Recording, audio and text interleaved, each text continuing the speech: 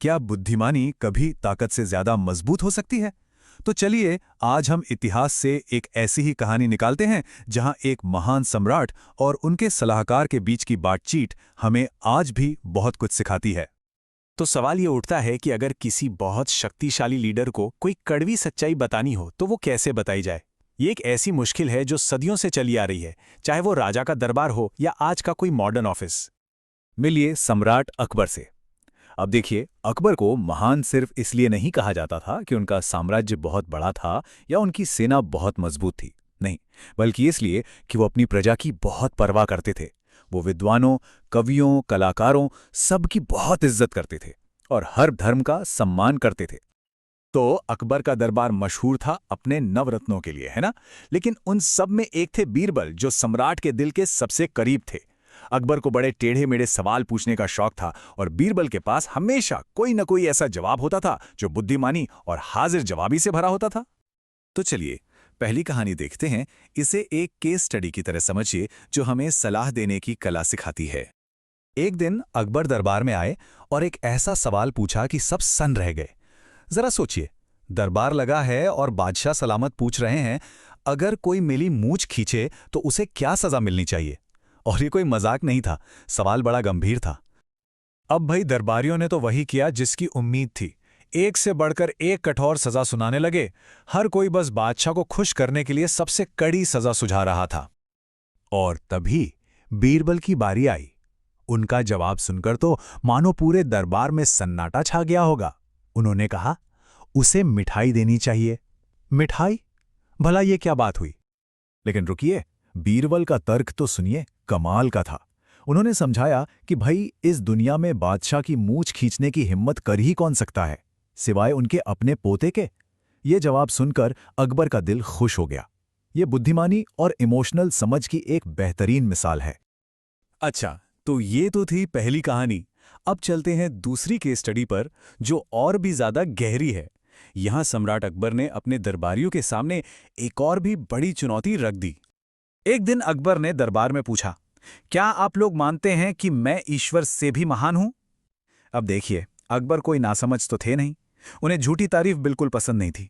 लेकिन फिर भी दरबारियों ने तो एक सुर में हां कह दिया। बस फिर क्या था, दरबारियों में तो होड़ लग गई चापलूसी की। कोई कह रहा है आप ईश्वर जितना महान हैं, तो कोई कह रहा नहीं नहीं, आप तो ईश्वर से भी ज्यादा महान हैं। और इन सब के बीच बीरबल एकदम चुपचाप खामोश खड़े थे। तो अकबर ने उन दरबारियों को चुनौती दे दी। उन्होंने कहा, ठीक है, तो इसे साबित करो। मुझे कोई एक ऐसी चीज बताओ जो मैं कर सकता हूं पर भगवान नहीं कर सकते। और साथ में यह भी कह दिया कि अगर साबित नहीं कर पाए तो मेरे गुस्से का सामने करने के लिए तैयार रहना। अब तो भाई सारे दरबारी बुरी तरह फंस गए थे। अगले दिन जब सब डरे हुए थे, बीरबल सामने आए और उन्होंने जो तर्क दिया वो सुनने लायक है। देखिए कितने सम्मान से उन्होंने अपनी बात रखी। पहला पॉइंट, एक राजा होने के नाते आप किसी को भी सजा के तौर पर अपने राज्य से निकाल सकते हैं। दूसरा पॉइंट, लेकिन भगवान का राज तो पूरी दुनिया में हर जगह है, वो भला किसी को कहाँ निकालेंगे? और तीसरा, नतीजा। तो इसका मतलब ये हुआ कि ये एक ऐसी ताकत है जो आपके पास तो है पर भगवान के पास नहीं। और बस ये जवाब सुनकर अकबर का चेहरा खिल उठा। ये कोई चापलूसी नहीं थी, ये थी हाजिर जवाबी, ये थी बुद्धिमानी। अकबर बीरबल से इतने खुश हुए कि उन्होंने बाकी दरबारियों की बेवकूफ़ी को भी माफ कर दिया। तो इन दोनों कमाल की कहानियों से हम क्या सीख सकते हैं? चलिए बीरबल की इस बुद्धिमानी से मिले कुछ जरूरी सबकों को समझते हैं। देखिए, पहली और सबसे जरूरी बात यह है कि अकबर सिर्फ एक बादशाह नहीं थे, वो कला और संस्कृति के संरक्षक थे। इसका मतलब यह है कि वो सिर्फ ताकत की नहीं बल्कि ज्ञान और समझदारी की भी कद्र करते थे। और यही वो खूबी थी जिसकी वजह से वो असली बुद्धिमानी और झूठी चापलूसी में फर्क कर पाते थे।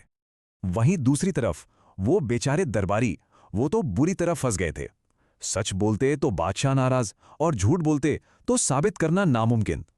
इससे एक बात तो साफ है कि चापलूसी अक्सर हमें मुश्किल में ही डालती है। तो असल में इन कहानियों का निचोड़ क्या है? वो ये है कि बीरबल की असली ताकत सिर्फ उनका तेज दिमाग नहीं था, बल्कि लोगों को समझने की उनकी कमाल की काबिलियत थी।